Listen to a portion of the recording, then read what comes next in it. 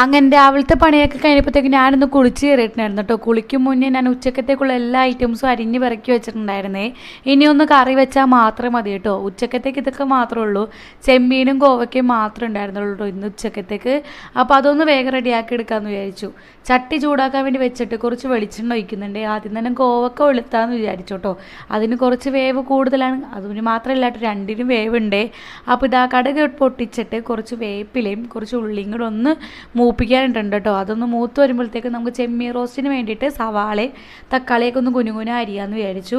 സവാള അരിഞ്ഞ് അവിടെ മാറ്റി വെച്ചിട്ട് ഞാൻ എന്താ ഗോവക്ക ഇട്ട് കൊടുക്കുന്നുണ്ടായിരുന്നു കേട്ടോ. അതൊന്ന് തട്ടിപ്പൊത്തി മൂടി വെച്ചിട്ടുണ്ട്. അപ്പോഴത്തേക്കും ചെമ്മീനിലോട്ടും എന്താ സവാളയും തക്കാളിയും ഒക്കെ ഒഴിച്ച് ഉപ്പും കൂടി ഇട്ട് കൊടുത്തിട്ടുണ്ട് കേട്ടോ. രണ്ടിനും ഉപ്പ് ഇട്ട് കൊടുത്തിട്ട് രണ്ടും ഒന്ന് വാടാൻ വേണ്ടി വെച്ചേക്കാം കേട്ടോ. രണ്ടും ഒരേ ടൈമിന് വാടി വരുന്നുണ്ട് കേട്ടോ.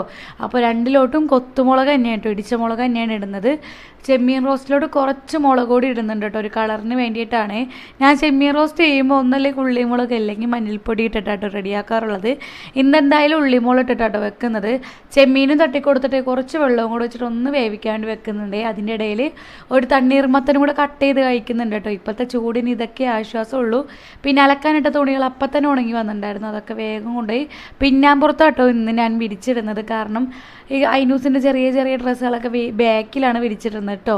അപ്പോഴത്തേക്കും ഗോവക്ക ഇവിടെ സെറ്റായി വന്നിട്ടുണ്ട്. ഗോവക്ക വേറൊരു പാത്രത്തിലോട്ട് മാറ്റിയിട്ട് ചെമ്മീൻ കറി നല്ലോണം ഒന്ന് വറ്റിച്ച് കുറുക്കി എടുത്തിട്ടുണ്ട് കേട്ടോ. പിന്നെ ചോറ് കഴിക്കാൻ വേണ്ടി ഇടുന്നു.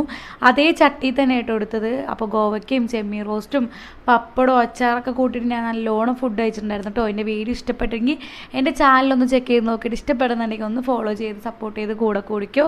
അപ്പോൾ അടുത്ത വീഡിയോ ആയിട്ട് എൻ്റെ ഇങ്ങനെ ആരെങ്കിലും കഴിച്ചിട്ടുണ്ടെങ്കിൽ ഒന്ന് കമൻറ്റ് ചെയ്യാൻ മറക്കരുത് കേട്ടോ. അപ്പോൾ അത്രേ ഉള്ളൂ. ബൈ.